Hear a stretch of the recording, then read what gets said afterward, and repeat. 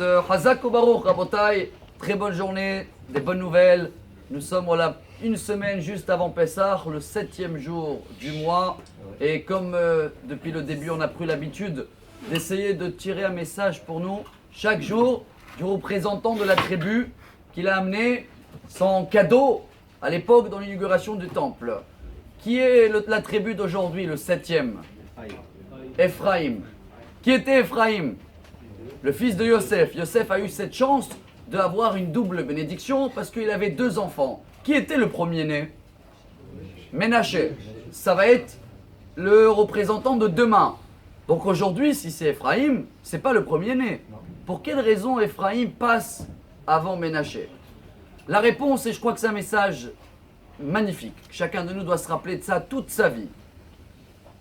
On remonte, Parashat Chumash Bereshit, chapitre 48, c'est Parashat Vayechi. Yaakov, il appelle les 2 fils de Yosef.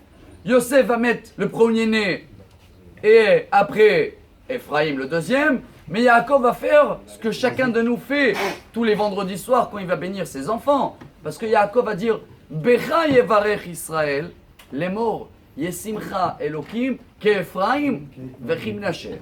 Yaakov, il a fait ce qui s'appelle en hébreu Sikel et Yadav. Il a inversé les mains, il a croisé les mains et il a mis la main droite à Ephraïm. Il nous dit Rashi sur place. Nous sommes sans Rashi, chaque fois il faut essayer d'amener Rashi en source. Yaakov a dit toutes les prières qui vont faire le peuple d'Israël, toujours Ephraïm va passer avant Ménaché, même aujourd'hui dans son cadeau dans le temple. Pour quelle raison? Voilà une des explications qu'elle doit changer notre vie. Ephraïm veut dire quoi en hébreu? Ou même en français si vous voulez, hein? Fruit.